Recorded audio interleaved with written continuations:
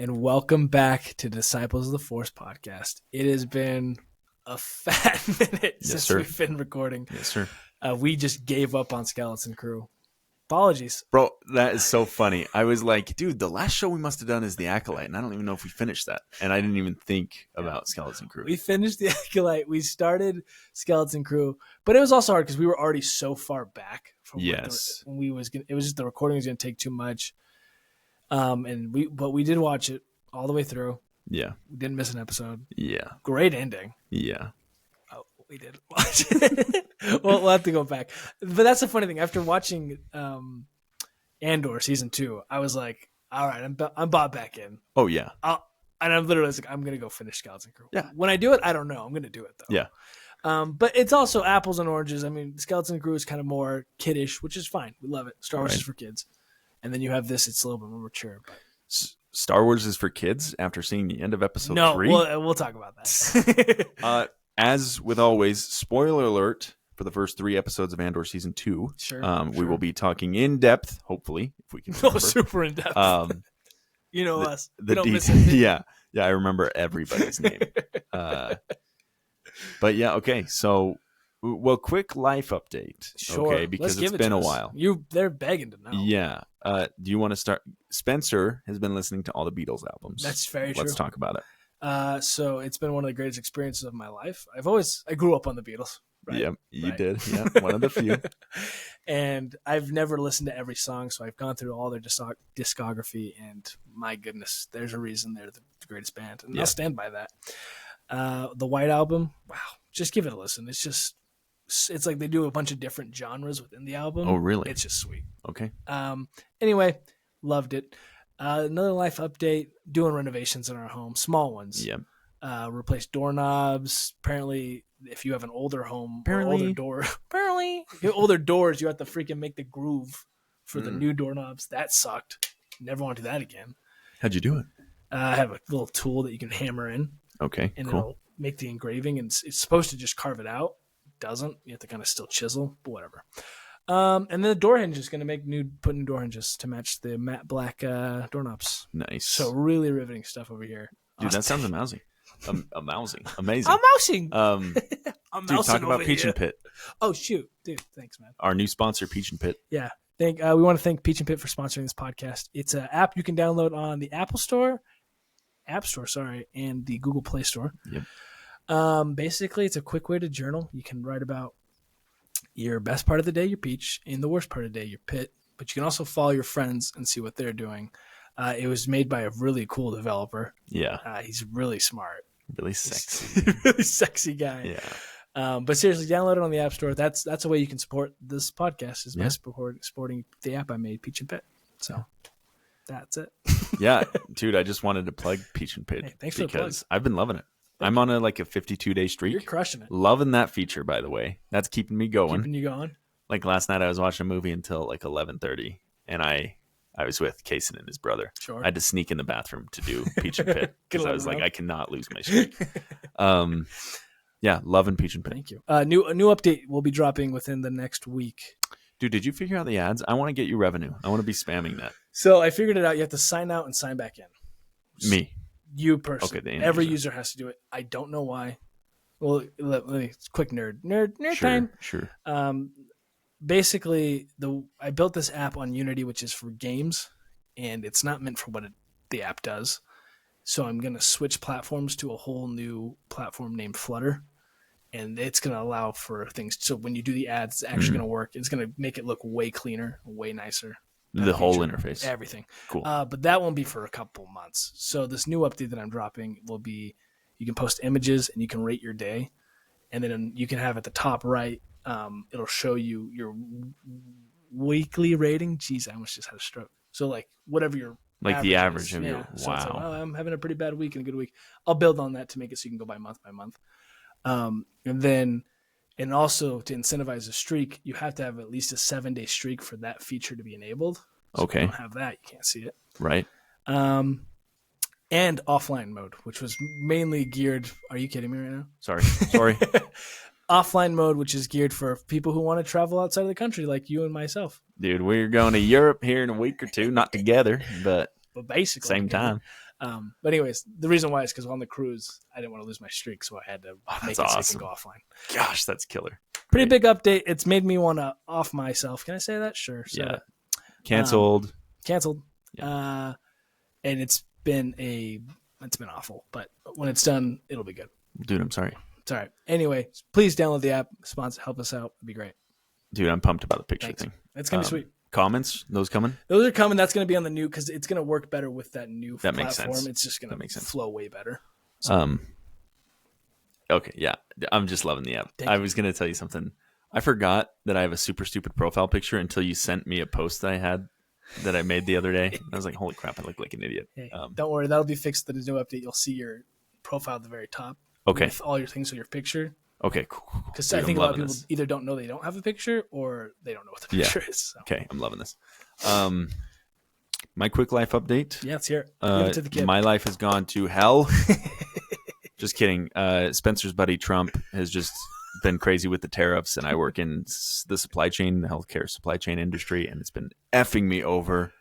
A lot of reorganization. I basically work for 2 companies now, which sucks. Really? Well, I mean, they're all under the same company, but we work in divisions. So I'm Mountain Division, but now I work for Mountain Division and Far West Division, which is Nevada and California.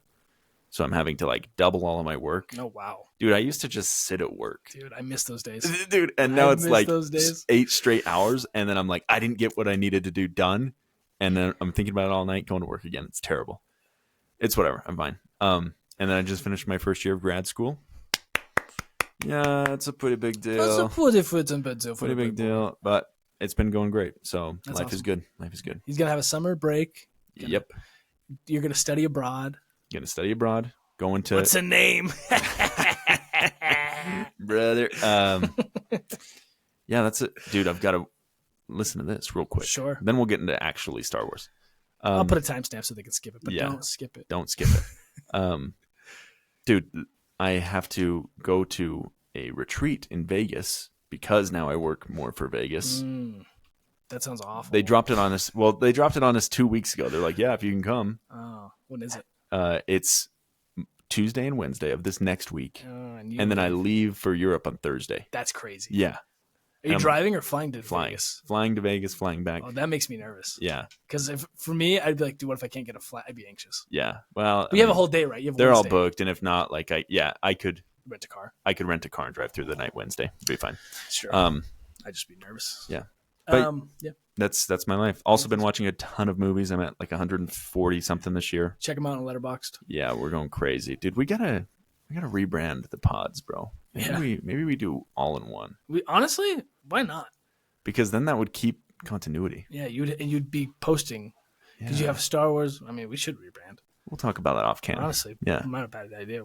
That gets way more content pushed out. Interesting. Okay, cool. Anyway, Star Wars news. I didn't read into this, so this is fake Star news. Star Wars Celebration is going on or is finished. It was going on like a week. That's another big news update. I've been off social media except for Peach and Pit, so I don't know what's going on. Thank you. But I saw some updates from last week, so I think it must have been last week. Let me look. Because they Hayden Christensen is coming back for season 2 of Ahsoka. Yeah, reprise his role as Hayden. As Hayden Christensen's going to reprise his role as Hayden as Anakin. And the other big news is the 20th anniversary of Revenge of the Sith is hitting theaters today. Yes, Friday. How long is it? Is it only today? I don't know I looked and it's booked through the weekend up through Monday at least because I was like I need to hit it this weekend. So yeah, I need to go. Will I have time? Probably not. Yeah, let's go break the Sabbath on Sunday. Dude, go ahead. Might as well. Do it. That's probably what I'll do. Yeah. Also, I don't remember. There was some more. Oh, huge. There's a new movie starring Ryan Gosling. Jedi Starfighter, or wait, excuse me, not Jedi Starfighter. New Star Wars movie announced at Star Wars Celebration. Yeah. See, that's how off the grid I am. I thought I had more information than you. Okay, guys, next time we pod, we will spend a week on social media. Star Wars Starfighter. Ryan Gosling is slated to star in it, releasing May 2027. There's also a little bit of controversy because there's 2 movies on the slate now, Mandalorian and Grogu. And Starfighter. And they're releasing within weeks of the two big Marvel movies that are coming out in 2026 and 2027. So it's like, Disney, why are you cannibalizing your own? Yeah. Anyway. Especially right now. Disney is. Yeah. So we'll see how that goes. Hey, Snow White's crushing it, though. Yeah, I've heard.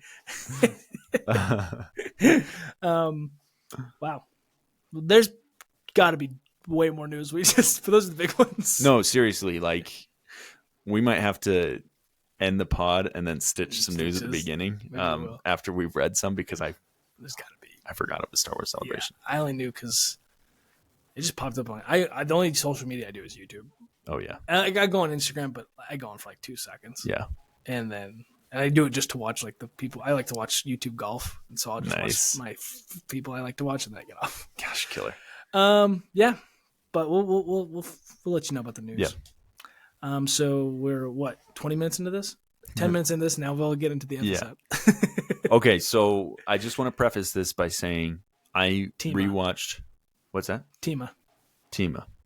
Oh yes, yeah, yeah. Mariska Hargitay. Oh shoot! Yeah, I didn't know you were like that. Yeah, bro, that's a little Love Guru reference.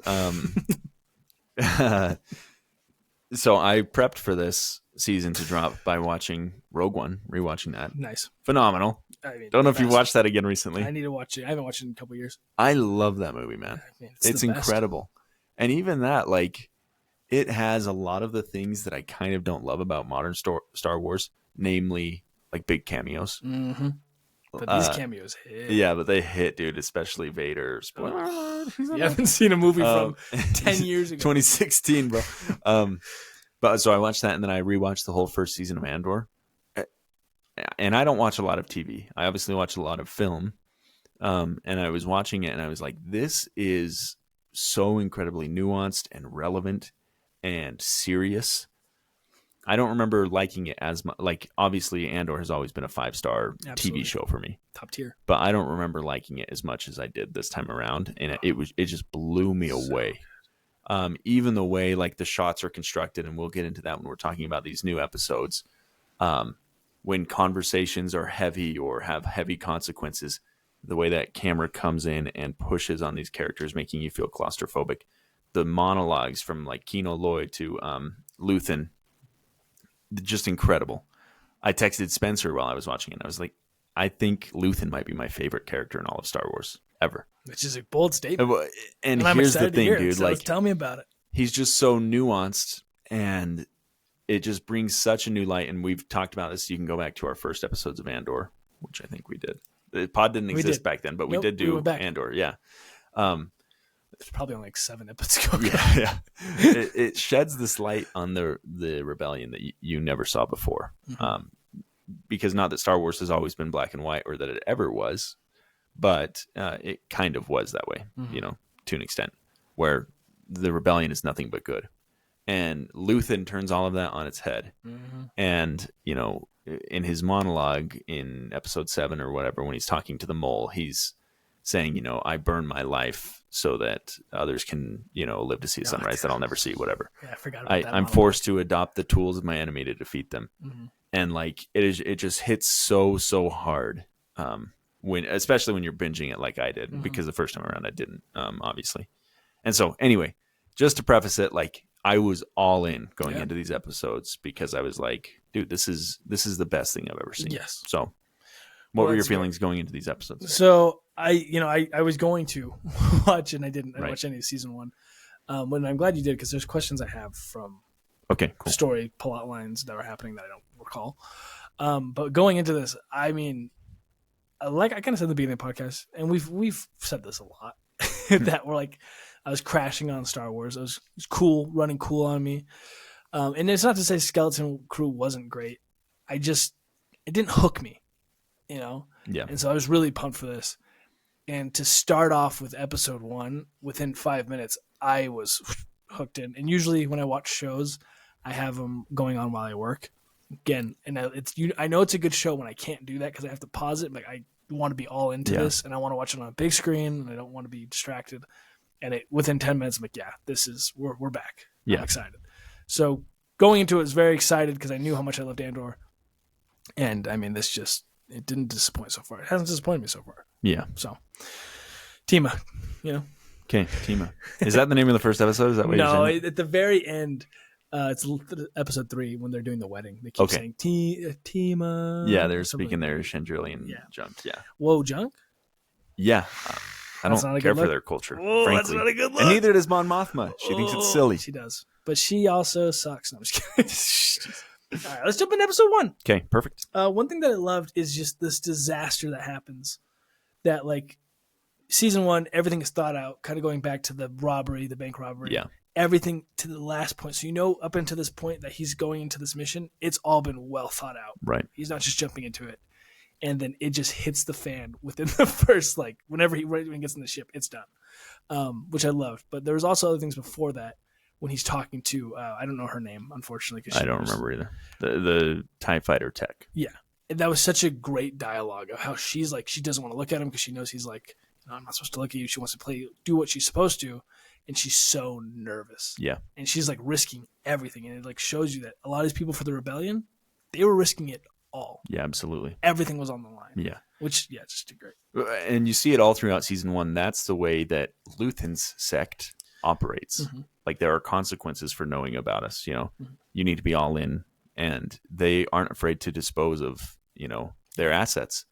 I had forgotten that was a central plot line of season 1. Yeah. The whole reason Luthen and his sect are trying to find Andor in season 1 is to kill him. Yes. Because he knew about Luthen. He knew too much. They were like, he's done Aldani, and he left because of circumstances we're not sure about. I mean, we as the viewer are, they aren't. So we need to kill him. Mm-hmm. And like, obviously that's how they are still approaching people, when they're using them as assets. And I just think it's really cool to see Cassian and his motivations. He was raised up in that, at least in the rebellion, a year later, a year removed from his mother's death, from what has happened to Bix, what has happened on Ferrix and everything like that. Yep. He is compassionate, and he's like, no, you're risking everything for this. He's using his experience to say, hey, we're blazing a different trail here. Yeah. And I just think that's so awesome. So sweet. Just and it's a great way to show character development within. Yeah. Because it's been a year, but you get to see right away. Right. It's been a year. He's a changed person, which is just sweet. Oh, did I jump too far on my list here? Oh no. I did love. Well, is there anything else about that scene? Because I loved. I mean, right away the visual effects were great with him shoot. Like all that looked so good. Yeah. Which we nitpick that a lot with Yeah. Star Wars shows, and this didn't disappoint me at all. Well, yeah, everything, every detail of this show, the set design, the VFX, everything is just fantastic. So the costumes, yeah. incredible. And that's apparent within the first 2 minutes. When stuff is starting to hit the fan and it's getting a little silly, I was like, oh no, dude, did they make Andor silly? This is going to suck. And they didn't. Yeah. I was talking to Spencer about this, and season 2 so far in these first 3 episodes feels much more Star Warsy. Mm-hmm. Interpret that how you will, than Andor season 1 did. For better or for worse. For me, maybe worse. Not right now. Potentially. But as a fan base, all the complaints about season 1, it's too slow, it's too boring, whatever. And you could tell from the moment season 2's first trailer dropped, the music that they chose, the scenes they chose, the action-packed nature that they tried to convey, they're trying to sell a different product here this time around. And I think it's kind of a wolf in sheep's clothing, for lack of a better way to say that, because that wasn't very eloquent. I think it's the same Andor, packaged and featuring elements that are more Star Warsy to appeal to the broader audience. But I don't think that will drop in quality at all. No, I agree. It definitely, there are way more sillier parts. Yeah. But I enjoy. Yeah. I like. Because you still have, and I think kind of what you're saying, like all that's kind of in the first episode, which as these next episodes go on, kind of trails off. It's still Star Warsy, but that first episode is way more. Oh yeah. And I agree. And that might be their, like, let's get them in, and then we can get them back to what we want them to. Right. Pull those people in, and then we'll lead them down the way we want to go, which is great. If that's their plan, I love it. Yeah. Yeah, I agree. But yeah, visually everything's just so much better than anything, like way better than the Acolyte, just by eons. It just doesn't even compare. Acting, even the smaller actors are good. It's incredible. They're better than the best actors they had in the Acolyte. I don't know. It's crazy. It's crazy. And like, I think Tony Gilroy, the writer, just has a lot more control, because I was reading this thing on on Reddit today as I was trying to prepare for this. Nice. Big Reddit guy. I love Reddit. Doesn't count as social media for me. Just use it for information. But apparently, gosh, what was it talking about? Oh, okay. So in later episodes within the same 3-episode arc, when Cyril Cairn, whatever his name is, Cyril, Cyril. when he like collapses on the bed and because Yes. he's stressed about the interaction between Vera and his mom. He's biatch of a mother. Yeah. Sorry for cussing. Apparently Tony Gilroy, the writer and the showrunner for this show, was like, I hated that. Like, I wanted to cut that so bad. Really? Like, he was seeing it in the dailies because it wasn't in the script. Like, I think Cyril's actor did it once and everybody loved it except for Tony Gilroy. And he's like, no, don't do that. But then he was like, then I watched it after editing and everything, and I think it just worked. And so, like, he has so much control over everything, but he's kind of letting the directors, because it was directed by somebody else, Alex something, letting them still make the decisions, which I think is pivotal.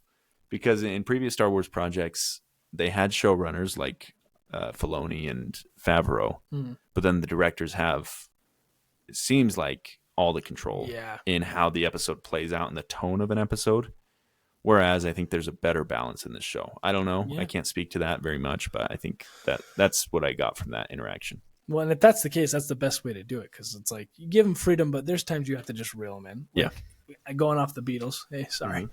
I watched a series called McCartney 321, and it's Paul McCartney and Rick Rubin, a big music producer. Okay. And they go through all their songs, all the Beatles songs, and he just talks about what Paul McCartney was thinking when he was making it. But the reason why I say that is, he said the band was very free. That's kind of how they let each other do it. If you want to do it, go for it. Right. Go for it. But then there'd be times where like, oh, that just doesn't work. And if that's the case, the other three have to basically convince that one person, bail on that. It's not good. Which, in the sense of what you're saying, is like creative. They're all very creative. Do whatever you want. But if it's not working, just you have to be like, okay, my bad. That's on me. I wanted to try it. Didn't work. Let's move on. Right. Man, that's really cool. So anyway, here's a little tidbit for you. Yeah. Going back to Bix and her dream, I love that. So creepy. Like, what is this? And it's showing that she's still dealing with whatever the Empire did to her with that thing. Yeah. And we talked about how we never wanted to see what it was. Mm-hmm. And I like how they're doing it. It's like we still don't know what it was. It's so mysterious. Yeah, you never get to hear the sound that they talked about or, see what she really felt. But you're seeing it in this fashion, which I think is great. I love it. It's like, oh, whoa, F, this guy's creepy as hell. I don't like this dude at all. So just, super sweet. And then like the shots of like the wheat field. Yeah. Oh my goodness. Dude, you put a stormtrooper in a wheat field like that. It looks so good. It's awesome. It looks so good. A lot of this we'll talk about, but it reminds me of Glorious Bastards. Yeah. I don't know if you got that vibe of just like, especially in the third episode towards the end when they're coming up on the hill, it reminds me of, you remember the shot in the beginning? Oh, yeah, yeah. Glorious Bastards. Au revoir, Shoshana. Yeah. All that just heavily reminds me of it. But now you probably might not have liked this, the banter in the woods when Cassian's in the... I figured you probably didn't like it. Yeah, those are... Okay, so I liked it from a narrative standpoint because it shows just how disjointed the rebellion is at this point. Yes, very. There are so many sects. They're not interacting well with each other. And even within certain sects, there is division. Mm-hmm. I think that's a very pivotal theme that will play out throughout these episodes or throughout this season as something that Director Krennic can take advantage of and the Empire as a whole can take advantage of, is just the disjointed nature of the rebellion. That was a heavy theme in season 1 as well. Mon Mothma not agreeing with Luthen, not agreeing with Saw Gerrera, all of those things. Anton Krieger, none of the sects work together. And so I think that's very important to the story. Didn't love... I don't know, dude. There's something in Hollywood nowadays that I've noticed a lot because... how do I say this without sounding like Let's hear it. A freaking MAGA guy? There are certain actors. I was thinking about this the other day when I was watching Babylon, which came out in 2022, directed by Damien Chazelle.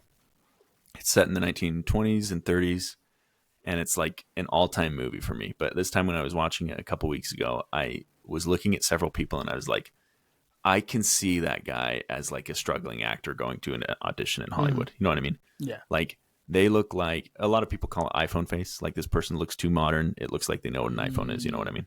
Okay.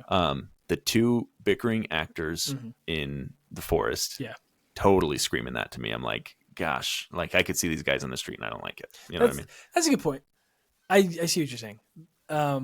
That's completely an internal issue. Yeah. That's not anything on the show. But yeah, I do think that the writing was the kind of the bickering. I liked it because it just like it was silly. Yeah. To me, that's kind of what I'm going with. Like that felt more Star Warsy. Yeah, and that was partially what I was talking about when I talking texted you. Yeah, and I think it's fun for some people. I think that'll kill. Yeah, absolutely. Which you got to kind of pull in where you can. I don't know. Yeah. Well, to that point, dude, I've been on Andor's Reddit just trying to get a temperature check. People are loving that kind of sillier stuff. It's like I don't know about everybody else, but I love these two characters and like 50 plus replies of like, right. Yeah, I love them. Yeah. Whatever. I don't know about anybody else, but I loved when Cyril face planted on the bed, which to me was like, I thought it was funny, but a total tonal departure from season 1 in that little thing. Again, not a huge deal, but people are loving that. So I'm like, that is so good. Yeah. Sidestep. Isn't it the worst when like you're like going on internet and you're like expecting to have so many people agree with you, like, oh, dude, these guys suck or whatever. No, I didn't. I think they're fine. But I'm just saying like that example of like, oh, people are gonna hate this and everyone loves it. You're like, what? Yeah. And you're the minority. Like, no way. Yeah. I didn't feel as strongly about it this time for this example, but yes, I effing hate that. It's the worst. Like only me that it's so funny. I'm like, what? Yeah. Yeah. So it makes you reflect and want to change, I guess. Yeah. You mentioned it. Krennic shows up. Awesome. Yeah. I was very like, oh, cool. Wow. That was a cameo that makes sense for where we're heading. Yep. And I love I don't know who the actor is, but Ben Mendelsohn. Ben-Hur? Okay. Yeah. I think he's so good. He's just so scary. Dude, Ben Mendelsohn is seriously one of my guys. Really? He's like one of the best character actors that we have. He doesn't work a ton, but he's great and stuff. Like you got to watch Place Beyond the Pines. I think you would like that generally, but he's really good in that. But anyway, sorry. Don't want to depart from that. He's fantastic. We're building him up, so it's not departing, it's adding. Sure.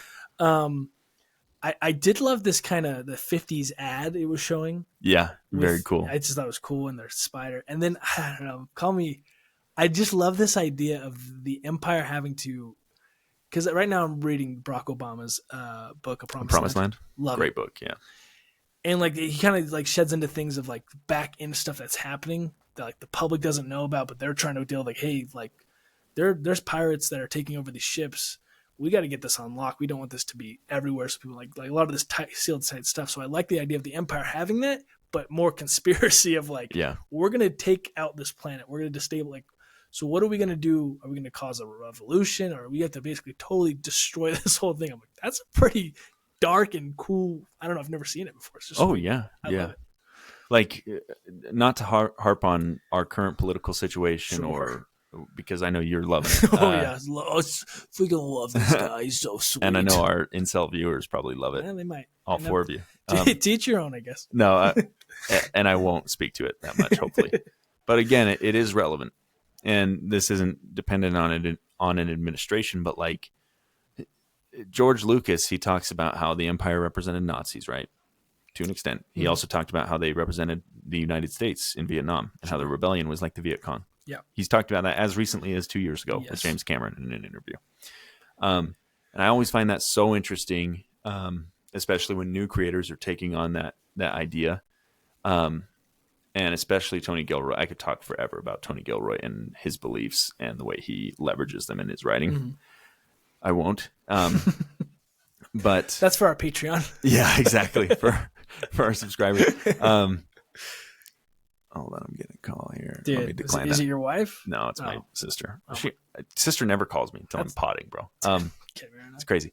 But like that is a real thing that the United States is constantly engaged in, even more, malicious than what Obama cites, like false flag attacks, false, leveraging assets with terrorist groups. Yep. To get what they want. Selling guns to somewhere in Central America. The Iran-Contra. Yeah. American Dad. That's yes, bro. That's what I'm thinking of. Okay, real quick. Well, I'll tell you later. No. I don't want it on camera because I'm too embarrassed of what I thought. Okay. We'll come back to it. But that's my point there. But No. yes, I loved that meeting as well. Awesome. Yeah, and I think Star Wars echoes truth. Kind of going right off what you're saying, it's going to mimic what happens in real life, and that's why we love it. And like, believe it or not, stuff goes on. Like shady stuff goes on in the back that you don't want. I had a professor in college, cybersecurity. Huge. Yeah, big cybersecurity guy. Yeah. Right? And he talked about how when he worked for the government, he's like, there's so many things the public just doesn't know. Mm-hmm. And it's like, you're better off not knowing. You don't want to know how many times we're about to go to war, kind of a thing. Oh, yeah. You want that all hidden. He's like, what is it? Ignorance is bliss. Mm-hmm. And that's a very good point. That doesn't really apply to this at all. It's just a cool point that I it does. It does. Well, thank you. Yeah. I do like the chaos that ensues with these two groups. Yeah. The group that just has the division, going right off what you're saying, that it plays into the bigger picture of the rebellion. There's problems within it. And the part where finally Cassian's like, I know Maya, was that her name? Yeah, I can't remember. Right. Yeah. And they're like, oh, but they just don't want to believe him because he is caught so red-handed. And going into this whole point, basically what I'm trying to say is I love the fact that they know if Cassian's going to go undercover, he's got to go full. And so he doesn't have any identification, nothing he can do. So if he gets caught, there's nothing he can prove that, no, I'm not this guy. That's a great point. I am, because if any other way, I could be caught by the Empire. Yeah. Secondly, he keeps his secrets so hidden. For example, when that guy spilled the beans about who they were with, and he's like, how did you know that, yada, yada? And then he tells him, who are you with? He's like, I can't tell you. And we told you who we were with. He's like, that's your bad. Yeah. You got to keep that locked. Oh, gosh, so cool. Which is so cool, because it's like, that's just how deep they are. Yeah. You don't break. Yeah. Just sweet. I don't know. I loved it. You just reminded me of an Easter egg that might not be an Easter egg. Might be looking too far into it. Well, Easter just happened, so it has to be. Oh my gosh, you're right. When he lands, he's supposed to meet somebody named Porco. Mm-hmm. And there, I swear, dude. Let me look this up. You talking about Carne over here, dude? Yeah, dude, Porco. There is somebody in the rebellion. There's a pilot in Star Wars, Episode 4. A New Hope, huh? Yeah, New Hope. Sorry, I could not think of the name. It's Star Wars, bro. It's technically Star Wars. No. I'm getting mad at myself. I'm hoping the fans would know Episode 4 is A New Hope. You're watching this. But there's a guy named Porkers or Porkums or something. No, you're right. Right? There is. I'm like, is he meeting up with this guy? But he called him Porco, and I know that's not his name. Let me see. But it's like, I do remember something with meat. Yeah. That's in my mind. Maybe it's Porky. You know? Yeah, bro.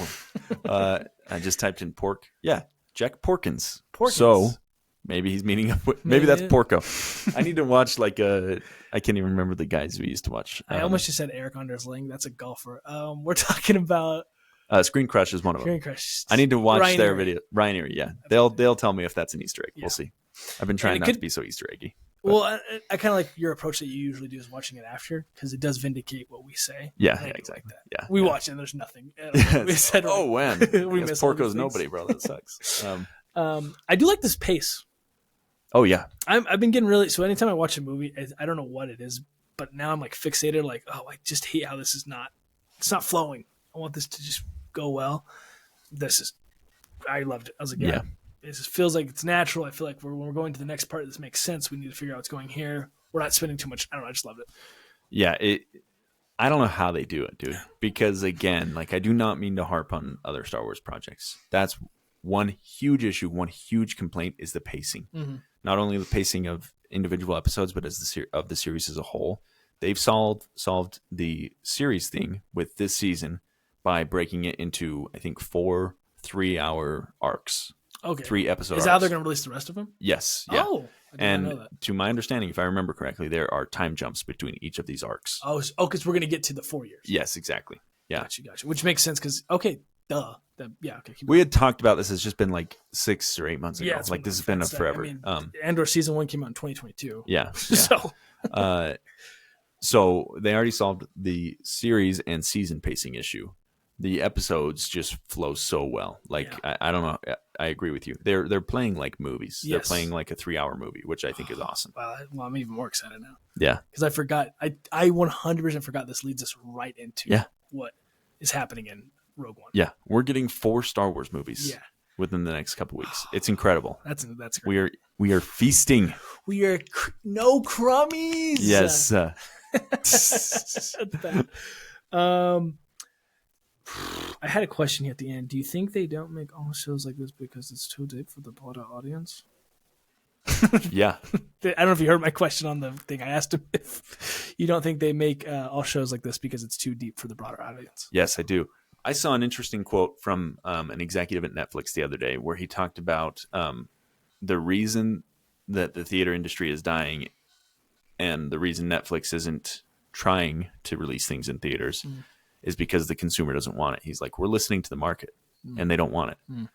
And I saw it in a forum, won't say what website, Reddit, on Letterboxd, on the Letterboxd subreddit, people are getting upset about it. And they're like, he's wrong, whatever. And then there's one guy in there like to reality check everybody. It's like, no, he's not. Like, look at box office numbers. He is listening to the consumer. Nobody wants stuff in the theaters anymore. Us in the small minority, obviously we do, and we want to continue this art and this thing. That being said, I think a lot of executives, for how much we make fun of them and how stupid they are or whatever, they know what consumers want. Yeah. And that may be backwards with what we're saying about Disney constantly misstepping. But I think, yeah, the stuff that works, they don't, the reason they don't churn stuff out like this all the time is one, cost, time, effort, all that stuff. But it's also because they're like, why would we? You know, it's a good point.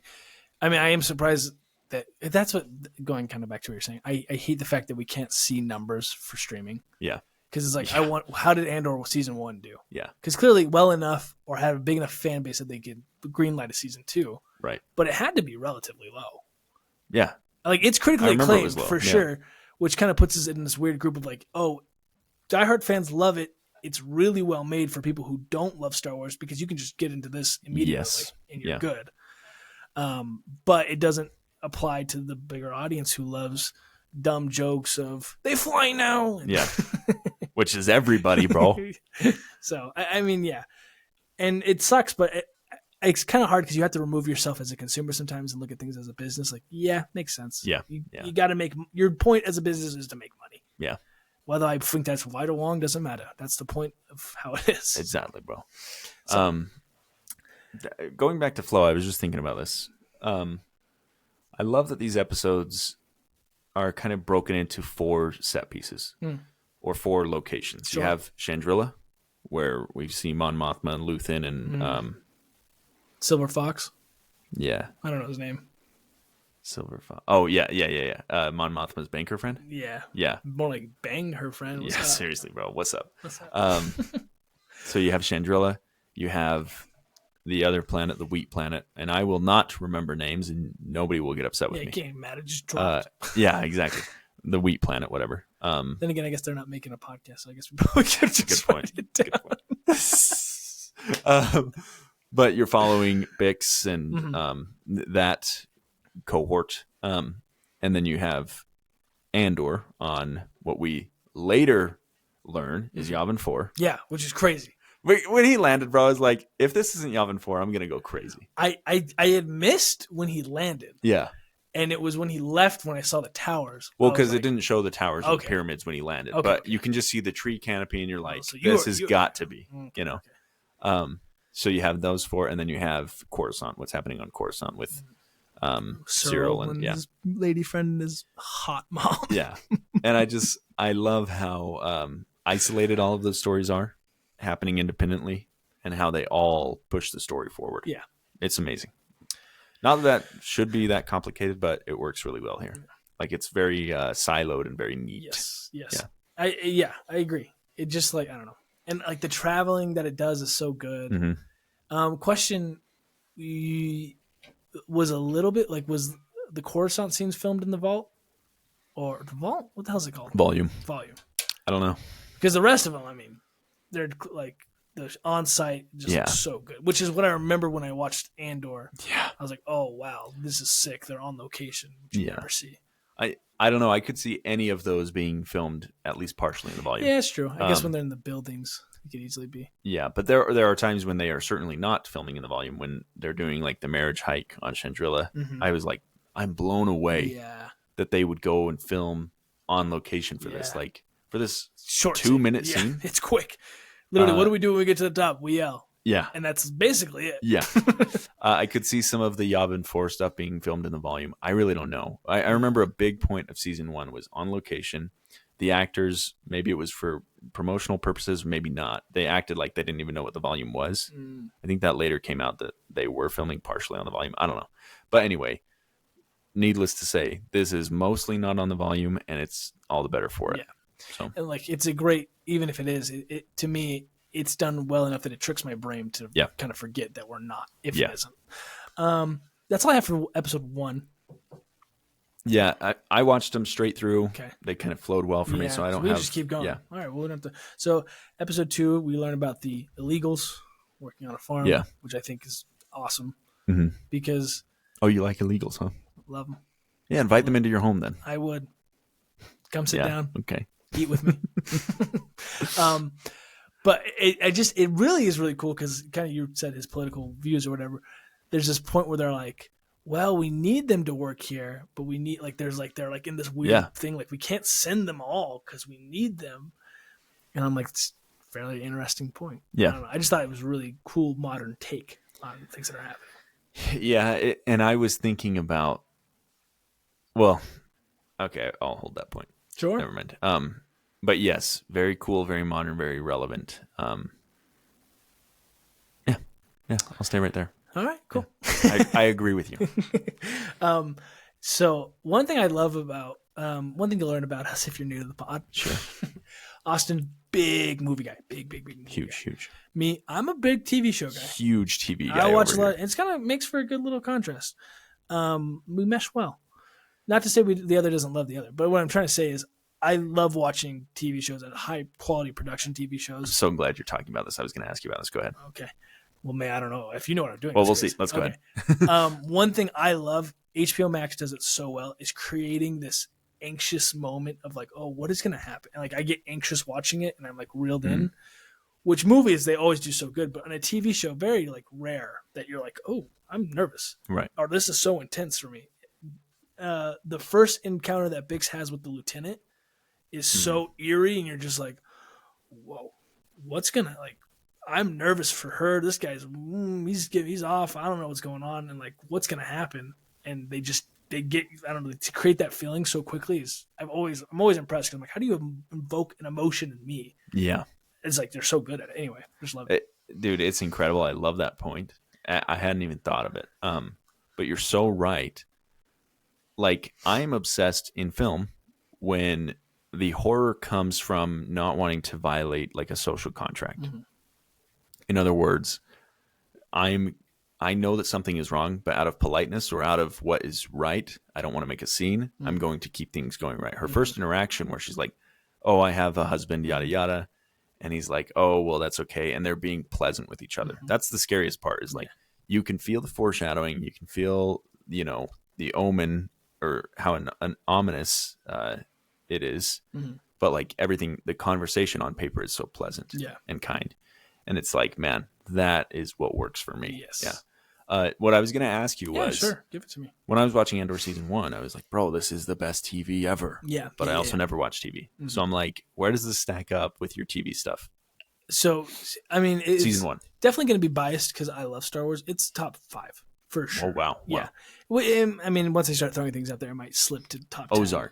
Ozark's really, I don't. Okay. Okay. Sopranos. I'm going to name a few. Sopranos. Yeah, it's top of there. Breaking Bad. Ozark. Better Call Saul. Did you ever watch that? I watched Better Call Saul. I wouldn't put, for me, Better Call Saul is in top 5. Okay, because I've heard some people say it's like as good. People love it better than Breaking Bad. I disagree, but that's fine. You can have your own opinion. Okay, Succession and Severance. Severance. The Wire is one. Oh, really? The Wire's so good. I don't even remember you watching that. Oh, it's so good. So let's think about what you threw at me. Oh, and Game of Thrones. Oh, that's right. Okay, you don't need to necessarily rank them, but like seriously, Andor for the caliber it is, it competes. I can say that for sure. Wow. I mean, it's in top 10 easily. Okay, for sure, solidified in there. Where it ranks, I'm not quite sure, but absolutely. Because in season 2 so far is like even its stock is even rising even more. Oh, really? Me personally, as an individual, I never post on Instagram ever. I think the 3 times I posted in the last like 2 years is my wedding. Yeah. something, and I posted how good season 2 is. That was sick. So that's that's how like it's Stock's writing. So I don't know. It's just so like I love a well made show. Yeah. So it definitely competes for sure. Okay. Good. So I like this question got answered later on. I was going to ask about the investments, but about Mon Mothma and her friend. Oh, dude, I'm loving that story arc. Yeah, give the viewers a quick rundown as if they don't know what's happening. Okay, so if you'll remember, Mon Mothma and this guy, childhood friends from Chandrila, always been a romantic tension. And let me grab his name real quick here. Yeah, we do need the name. Can we get? Oh, sorry, our producer here is going to help us out. Yeah, producer. We'll look that up. Producer first. Ted, will you get that for us? Yeah, can you make yourself useful? And I love that actor. His name's Ben Miles. He plays Tay Kolma. Ben Miles, going to your point of like minor characters directed well and acting well. Mm-hmm. Season 1, you're like, I don't even know who this guy is, bro. Mm. But he is hitting every note. And again, going back to how relevant things are, there is an interaction early on where they're just kind of meeting each other once more. I mean, of course, anyway, they're catching up. And Mon Mothma is trying to share, like, hey, I need some help to work against the Empire. And it's all in, cleverly hidden language saying, we're going to start a foundation, whatever. And this is before she's leading on just how deep she is into the rebellion. Mm-hmm. But the interaction is so cool because Tay goes, I don't know if our politics really align anymore. I might be a little too extreme for you. Mm. And it's just so funny because she's obviously funding and working directly with the rebellion. Mm. But I just thought that was so funny in like today's day and age where like your friends and coworkers, my coworkers especially, where I'm like, I don't know what I can say because I don't know how they feel Where about you're the at. political situation, whatever. And then a word will be said and you'll be like, okay, I'm comfortable to like I know go full libtard right now. You know what I mean? Not that I am, but anyway, that's just to say Ben Miles plays that so perfectly. And I think their dynamic has been awesome. Mm-hmm. Makes me sad to see what's going on. Yeah. So basically we jump into season 2. Tay Kolma is distraught. He's gone through a divorce. He's kind of losing everything. Mm-hmm. And basically every time we see him, he's drunk or inebriated in some way. And he's leveraging, or at least semi-threatening, kind of passive-aggressively saying, hey, I can't keep helping you without like a little bit more return. This hasn't been as good as I thought it was going to be for me. Mm-hmm. To Mon Mothma. And at first I'm like getting like, wait, does he want to sleep with her? Yeah. Whatever. Yeah. What's his And I think that might be some subtext there. Does he want money from the rebellion? Which is what it seems like. And Luthen is there on Chandrila at Mon Mothma's daughter's wedding, observing all of this. And so he's like constantly checking in with Mon, and he's like, you need to solve this. Mm. And I love near the end, I know I'm jumping ahead into episode 3. And he's like, you already know, Mon Mothma keeps saying, I will figure out a price to like pay him off to get him to shut up and stop. Mm-hmm. And she's like, I just need time. Like, I just need to get through this weekend and I will figure out a price. And I love at the end of episode 3 where Luthen goes, you already know the price. And again, I'm a moron. So I'm like, oh, what is it? Oh, he's asking her to bang Tay Kolma, bro. That's crazy. But then I'm going to jump. No, go ahead. That's fine. You know what? We just got to jump. You Yeah. feel it, go with the flow. Yeah. We can go always retract. So backtrack. That's what I meant. Right. They get to the end after that conversation is had, and Mon Mothma's dancing to like this crazy cool trap music, bro. I love that. I love that. We'll come back to it. I love that. And of course, that's symbolic of her. Like, you can interpret it however you want, but to me, it's like her grappling with the fact that she's out of control. Mm-hmm. Like, she is not in control of what's going on. Mm-hmm. She has set things in motion that she no longer can stop. Mm-hmm.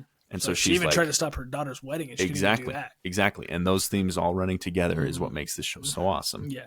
But she's finally just like letting go and going with the flow for this dance scene, and then we'll see how the rest of the season plays out. Yeah. But after that is said, we see Tay Kolma going to his car to go home. Mm-hmm. And earlier in one of the episodes, Mm-hmm. we had heard about like a faulty a roof or a door on this car model. Mm. I think. Oh, I didn't remember that. I don't remember that either, really. but this is in my head. Okay. I don't know why. I'll believe you. Anyway, I'm going to rewatch the episodes. And who is the driver? None other but Cinta, who we know is like cold, completely loyal to Luthen. And seeing her, she's like the angel of death. You know, you're like, he's gone. He's dead. He's dead. And so no longer did I think he was going to bang Mon Mothma. I'm like, oh, he's dead. Because he's going to bang Cinta. Oh, yeah, dude. Yeah. No, but yeah, seriously. And then there's all that stuff between Vel and who's the other? Clea. Vel and Clea. Oh, Clea, Luthen's assistant, whatever. Maybe she's not the assistant. But there's all the tension between them and Vel like feeling lost in her role in all of this now, because she's like, she was in love with Cinta, still is. And so that final scene where you see Cinta like look at her, you're expecting, like every other TV show, some, reconnection between Vel and Cinta. But Cinta's like, no, I'm going off and I'm finishing this, That's something I love. A, what I love about the show. B, what I love about movies and TV shows that don't just fall into the fairy tale of like just real life. Yeah. Like we've talked about, when you are in this, if you're on a mission, you are on a mission. Mm-hmm. Get it done, in and out. And she's like, oh, that's her. I gotta do my thing. Whatever. Like, either this is done, or maybe she does still have feelings. Doesn't matter. She's, like you said, so loyal to Luthen. Right. Doesn't break anything. Doesn't want to even hint that she knows her. Just turns and gets in. It's like, it's awesome. It's incredible, dude. Just some good stuff. Also, that dance scene at the end, I loved. Yeah, love She's that. just like, and then it kind of reminds me of that song. I'm not going to sing, or am I? The I'm in the corner watching you kiss her. Yeah. And there's like that. Yeah. I have a guilty pleasure playlist. It's on there, and I like to listen to that part. Okay. And it just reminded me of that. Just really?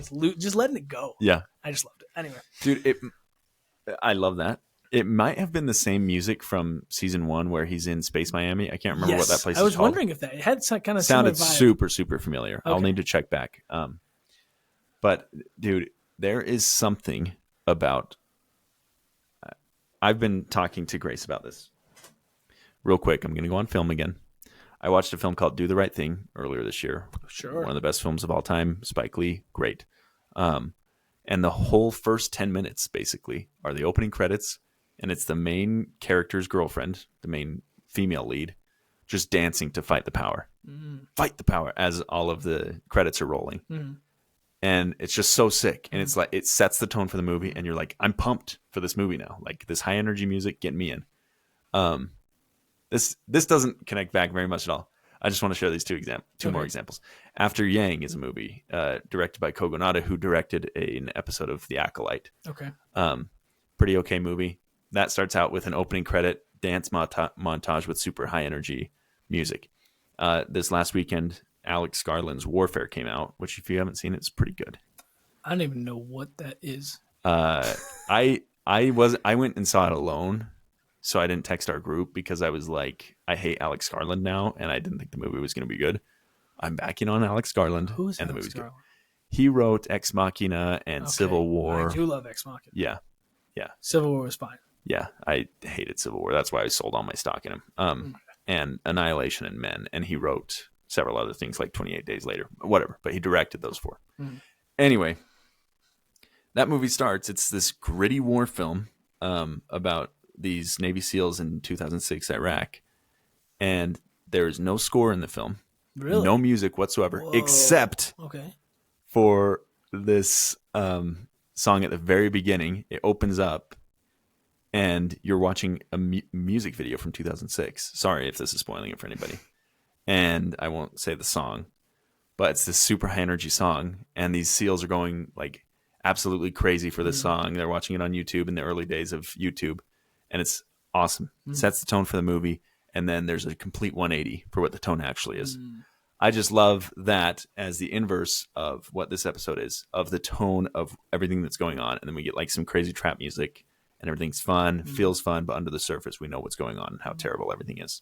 It was a really long runaround. I just wanted to prove a point that like, put some high energy music in your serious movie, and it makes works. it a million times better. It worked. It played great. I also love the contrast of what was going on. You have Cassian coming back, and I forget the guy's name. Sorry, that dies with on with Bix. Oh, my goat. But like you have all this just serious tone going on, and then you're cutting to this. I loved it. Brasso. Because maybe initially when you look at it, you're like, oh, this is too like it doesn't flow, like it doesn't make sense. But it's adding to the chaos of what everything is spiraling. Yes, right now. They've lost where their home base is. That's gone. She's losing everything. She's out of like everything's just gone, and she's just like, what else am I? I'm just gonna dance. Yeah, I'm just gonna let it go. I'm just gonna whatever. What can I do? Mm-hmm. And I loved it. I think it worked great. Dude, it's incredible, and that's a great point. Like all of season 1 was, one of the complaints was that it was slow, but the reason why is because it was building you up to care about all of these things and these characters and everything. These first 3 episodes moved at breakneck speed. Again, they flowed very well. Mm-hmm. They were edited very well and everything like that. But like everything that we've come to love about these characters, like Brasso is a loyal friend to Cassian. He had a ton of screen time in season 1, and he's just dead already. Mm-hmm. And it's like that just shows the sacrifices that are made and how everything, like you said, is falling apart, and everything is on the table to be lost in the show and in the rebellion. So just awesome. Yeah, so good. Some things I'm going to kind of go back to the beginning of this episode. Okay. First off, I'd love to be a farmer in Star Wars. That life looked. I was like, I could do it. That's just sick. They're just fixing things out. I wouldn't want to be a freaking moisture farmer on Tatooine. That's for damn sure. Dude, did you hear the next 3 episodes are all on Tatooine? What? Yep. It's gonna be huge. Okay, this is good for me. I'm joking. Sorry. I was like, I don't know what we're doing there. But no. I'm glad there's no Tatooine in this freaking show. Sorry. Go ahead. Luthen's quote, which was bars. This is when he's talking when he's letting Mon Mothma know, hey, we're killing that guy, basically. Right. Your boy. And he says, people fail. That's our curse. Yeah.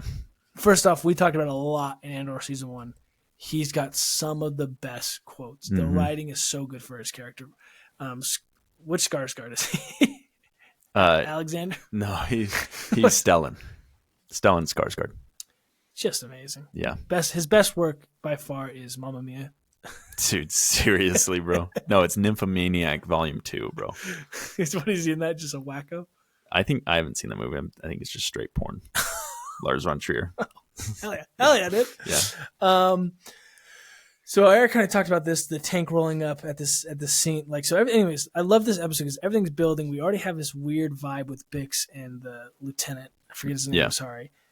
And you're like, even remember his name. We're like, what's going on? And when their kind of tank is rolling up in the fields, it looks really sick, but it's just like this kind of long shot exposed, and she's looking, and she's like, where the hell is everyone? Yeah. Because she's like, this guy's got bad. She doesn't F with him clearly because she's giving off weird vibes. He's already hit on her, like, hey, if you want to stay, what up? Anyway, so there's just this intensity building, and like I love when a story makes sense. Like it makes perfect sense that those two are gone. What was his name again? Brasso and the kid. I forget. Yeah. Anyway, it makes perfect sense because in the very beginning, this is just showing how good the writing is. In the very beginning, we know the kid and that girl have a thing for each other. Yep. Mom doesn't like it, so they're leaving. So he's like, I got to say goodbye to my shawty, but I got to sneak away because they can't know either. They'll be pissed. So it makes sense. And then it makes sense of his like, oh, we have to get him because now they're flying over. They're going to catch us. This is a really bad time. We need to get out of here now. Mm-hmm. So everything's just making sense. And it's like, okay. And then the building, it's building. That scene of just it's kind of a long shot of it driving over like, oh no. Yeah. Dude comes out. And then you have this scene. I texted Austin and I'm like, I literally forgot I was watching a Star Wars show. This was so intense. Yeah. So intense. I'm watching it and I'm like, how are they getting away with this? Yeah. Like, how is this greenlit? I mean, for a Star, I mean, if this HBO makes sense. Oh yeah, of course. But this is a Disney Star Wars show taking on a very serious, issue of. Can we say the word on camera? Yeah, I think we're good. Yeah. No, taking on such a sensitive thing of rape, and here's the thing in my mind, I'm like, oh, they're gonna allude to it, But I love that she straight up calls he tried to rape me. Yeah. And you're like, whoa. Yeah. Which I think this is important because it's a very serious issue, and for it to come in a Star Wars show is crazy. But like the fact that in Star Wars they say it kind of takes like, whoa. Yeah. I don't know. It's I don't know. It's just crazy. No, yeah, I felt the same thing. I was like, I never thought I would hear the word rape in Star Wars. Yeah, absolutely. It's crazy. But it shows you even. I mean, I just made not a joke, but it would have been insensitive as well. It would have been. Yeah. But even in the Star Wars universe, it's an issue. Yeah. As it is today. Yeah, absolutely. That's what I was trying to say, but it was going to come off a little bit more insensitive. Yeah. Yeah. But I just, wow, is that scene so good? Yeah. She, like, and when he first comes in, I'm like, what? They're going to allude where's it going? They get pretty much into everything. Mm-hmm. And when she fights back, she's like, I said no. And she pushes him off. I was like, hell yeah. That was sick. That was like, empowered me. Yeah. I was like, hell yeah, get him, girl. And that fight is so realistic. I don't know how to explain it. It's just like, oh my gosh. And then he gets a hit on her and she's out. It's not like a Marvel movie where they're like up again. She's like, she is taken out by that hit. Oh, dude, this is one thing I really love. Detail that I love in TV or film is people who fight poorly, because the overwhelming majority of humans do not know how to fight. Yeah, I'd get wrecked. Yeah, like you never hit the perfect blow or whatever in like a street brawl or in this situation. So yeah, I think that's a great detail of like, and it's brutal. I don't think there's any like tense music while it's happening. I think it's just silent. all just the sound of what's going on. Or maybe I was just so in shock like this. In my memory, it was just no music. Yeah. I just think it, as far as rape scenes go, it played out. It was haunting. Oh, so haunting. For lack of a better word. You're like, ugh. Yeah. And another thing I like clearly, if the Empire existed, if Star Wars universe was real, of course this kind of stuff would happen. People in power taking over people. Hey, you're an illegal. Well, hey, guess what? You do a little something for me. Maybe we'll just let you stay, kind of a thing, which is unrighteous dominion. Dude, great. Yeah. But like the whole thing of just like, of course that would happen in the Star Wars universe, and of course it would be the reason why people hate the Empire. Oh yeah. These lieutenants are awful human beings. They come over, they do whatever they want, they leave, and they're in power. What are we we can't do anything about it. Mm-hmm. And it's just, oh man, it just adds another layer to how awful the Empire is. Yes. Which I loved. Yeah. Just such great acting. And then when she hits him with my mind, it's a wrench. I don't know what. Yeah, it's like some gear wrench thing. Yeah. I was like, whoa. Yeah. It was just so real. Yeah. And haunting, like you said. I don't know. But going back to what you said, I was so surprised it was greenlit. I was like, wow. Yeah. But like, again, these are real adult themes. This is right. We always talk about how Star Wars is made for kids. This show does not seem like it is. Right. Which is great. I think. Yeah. So. I mean, you wouldn't want like an 8-year-old watching that, but I think that, and maybe I'm coming off a little too liberal here. I think there's a point where it should be shown to teenagers, absolutely, to be like, yeah. Hey, this is awful. Don't do this thing. Because I mean, clearly you know that, but when you like putting a visual to something is like, oh my gosh. Because I remember I can't remember what movie I watched when it had its first like rape scene, and it made me sick. Mm-hmm. I was like, I like felt awful. I think it was that movie with Hawkeye, Wind River. Oh, Wind River. That's brutal. That scene just stuck with me for months. I was like, oh my gosh, and that happens, and it's disgusting, and us as a society it needs to stop. Mm-hmm. I don't know. So it's just important to, I don't know. Maybe I'm sounding too weird there, but no, I agree with what you're saying. Yeah, like it's important to see that, this isn't Star Wars. Obviously, this is all fiction, whatever, but this is real life for our reality. Yeah. So. Oh, you guys are too woke, dude. That don't happen in this day and age. Women lie. Dude, it's amazing. You think like something like that, and even earlier in that episode, they talk about the theme of the Empire coming in and getting rid of these illegals. You sometimes think, oh, that's too on the nose, that's too woke. Like like they're preaching to the choir. Everybody Right. knows these things are bad, whatever. Yeah. Dude, I have some friends at school. I maybe shouldn't call them friends. You know what? I'm going to keep Best that. friends. Yeah, best friends. No, but you still interact with people today where they think every rape victim deserved it or did something to, Yuck. and it's like these things are not just it can't be preached enough. It can't be brought to front of mind enough for the world that we live in. And, going back to this and kind of going what you're saying, I think it's important for Star Wars to do this because there are those incel fans who definitely think that. Yeah. And maybe they've never seen anything like it. They never maybe this just hasn't ever had a connection. Because sometimes it's like that where people are like, oh, I'm pro whatever. And then it happens to them. Yeah. And they're like, whoa, I don't like that. That's actually terrible. Mm-hmm. You hear that story all the time. It hits home. You're like, ooh, like deportation. Like, yeah, get him out of here. Someone you love gets deported. And they were a great person. That's awful. Yeah, I can't believe it happened to them. I'm against that 100%, which happens. Mm-hmm. Anyway, maybe in this sense, like, oh, they see that, they're like, oh man, maybe that's not that they would ever argue it was okay, but some would. Yeah. So anyway, yeah, or that it's mostly, and that's what kind of bugs me is they more lean towards, oh, they're just lying, which I hate. Anyway. Yeah, that reminds me of a poem. Okay. May I share? Yeah, I think you can share. First, they came for the communists. Sure. And I did not speak out because I was not a communist. Sure. Then they came for the socialists. Sure. And I didn't speak out because I wasn't a socialist. Then they came for the trade unionists. And I didn't speak out because I wasn't a trade unionist. Then they came for the Jews. And I didn't speak out because I wasn't a Jew. And then they came for me. And no one was left to speak out for me. That's wow. Yeah. When did that come? Is that old? Oh, yeah, this is old. Yeah. That's beautiful. Did you come up with it? I just wrote that. Yeah. No, but No, but like to your point, it's important that we get those things out there because people don't have connections with those, especially in today's world, like the world of algorithms and getting siloed in one state of mind. We need more connection points both ways. Yeah, whatever. Absolutely. Yeah. And so I think to your point, it's really important that Star Wars, with its fan base, the size and leveraging its size and its reach to tell a story like this is really important. Yeah. Yeah. 100%. And yeah, I'm glad that they did. It was just, wow. I mean, anyway, the end of this episode when Cassian shows up and he's there, but sorry, let me backtrack. I also hated the Imperial officer who, when she says he tried to rape me, he's like, well, he's dead now, come out. And it's like, oh, dude, that doesn't, first off, Come on. If I were a woman, I'm not trusting a second man out there. I'm like, dude, F off, dude. I don't want none of that. Yeah.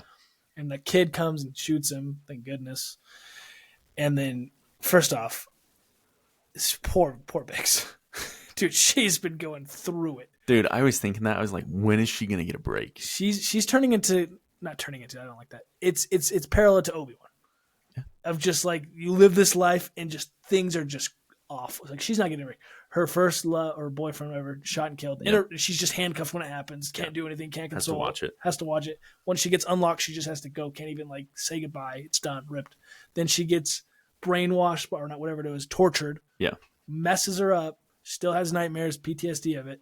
And now she almost gets raped. It's like, wow. Yeah. Poor Biggs. She's like, you just can't help but love her. Yeah, exactly. And it just goes back to that theme of like the powerless being taken advantage of everywhere, in every corner. Yeah, and also that like getting involved with the rebellion, or well, not that she started this chain of events, right? Mm-hmm. But it's like there is sacrifice and loss at every turn for these people, you know? So, but that's a great point that you said that, a new quarterback is in New Orleans, by the way. Who? Shadur? Yep. Really? Wait, Tyler? Oh, Tyler Shuck? Shuck? It's spelled Show. It's pronounced Shuck. That's crazy.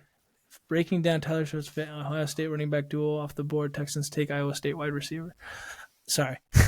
Well, no, I'm glad you said something because I need to see what the Broncos are about to draft. But shoot, you said something. I was like, that's a really good point. I forgot, but it was a really good point that you said. Thank you. Something about loss. Something about yeah. Anyway, so whatever. Oh, that basically the Empire is just taking away. Like Bix isn't the only story of the Empire. Yes, yeah. There are millions that this Billions is happening. even. Billions. Yeah. Maybe even trillions. Yeah, seriously. There are 1 trillion people that live on Coruscant alone. Okay, there you go. Star Wars Galaxy is huge. Anyway, so. Yeah. It's just, insane that it's one story of many is kind of what I like. And that goes into real life as well, that so victims is more than just that one person. It's happening all over. Yes. Which great. I just thought was really cool. And it just, when this episode ended and then you have this dance scene that we've already talked about, you're just like, wow, everything is burning. Yeah. And you just, what else can you do? It's like one of those things, like, what else can you do but laugh? And so it's like, I'm going to dance. What? I'm just let it go. Right. Yeah. Let's see. Oh, and the last thing I was going to say, this adds another layer for Cassian to hate the Empire. Yes. This is just another boom. He took his boy Brazo, and then are we led to believe that Cassian and her are an item? They have a history. That's confirmed. That's confirmed. They had. That's right, because that's why he's jealous, because the boyfriend's like, yeah, what are you doing? Yeah. And then she says husband, definitely could be just to get him off the trail. But there is this look when they get back in that kind of connection when they hug. Oh my gosh, I didn't even think about that they may have been more official in the year. Yeah. Oh yeah. Because it's been a year. It's just those two. They got trauma together. Right. And they have history. I feel like easily that can be a connection for sure. Right. We might see Bix die in the second arc, honestly. I think we will, dude. Now that I'm thinking about it. Like you said, like she is being set up to be this character that everything is taken away from. Oh and like, my gosh. I just want peace for Bix. Like, yeah, it's just so sad. Wow. And I don't think we're going to get it. I don't know. Yeah, I don't think so. I mean, if I'm going to play out these next in my mind real fast, my prediction, I think in the second arc, she's dead because we're going a year. Or maybe third. That would make more sense. And this is, I mean, Cassian's already full in, but now it's like, I would have died before, but like they've taken everything from me. Right. And then him when he sees, what's her name in Rogue One? Felicity Jones, Jyn Erso. It's just a friendship. And that could easily play into why he doesn't have a romantic connection. Which is one of my favorite things about it. It is my favorite thing. It's just a platonic, they're friends. And it could even play into more. It's like, the love of my life was taken. Yeah. Oh my gosh. So it could play really well into that. Dude, that's gonna effing kill me. I'll cry. You just feel so heartbroken for her. Oh, jeez, dude. Man. Wow. Okay, well. Yeah, what else? What do we got? I think the last thing I have here, my exact words were the rave wedding dancing went hard, which is true. Okay, nice. The last thing I have here is, okay, I'm just gonna read what I said. Star Wars is for kids. We know that. Except for this, Right. But when you get a show like this that isn't for kids, my golly, it just gets me hyped. I don't think that's what I was going to say. I don't think they'll ever make a movie of this caliber because we've kind of already talked about it. Like, it's a niche fan base, not a fan base, it's Star Wars, but it's a niche kind of nook that we all kind of love how good it is. But going way back to what you're saying in the beginning of they know their audience, CEOs know who they can play it to. Can I market this and make money for how much it would cost to make a movie like that? Because, there's people out there who see a Star Wars film and it's like a Marvel film. Like, Yeah. Even if it was this caliber, they would never know because they're like, So, exactly, dude. I don't know. We'll never see that, which sucks. Yeah, we won't. Yeah. It will never happen. And partially, like film, we're a perfect example. Film watchers and TV watchers are two completely different markets. There is overlap, of course. Everybody who watches film watches TV from time to time. Every TV watcher watches film from time to time. But they're two completely different markets with two different needs. And even if this is the best TV, most successful TV show ever, it will not play as well in a movie format. Yeah. That's a really good point. Doesn't mean Disney won't try. That's true. But it will not work. And thankfully, Tony Gilroy said after this he's done with Star Wars.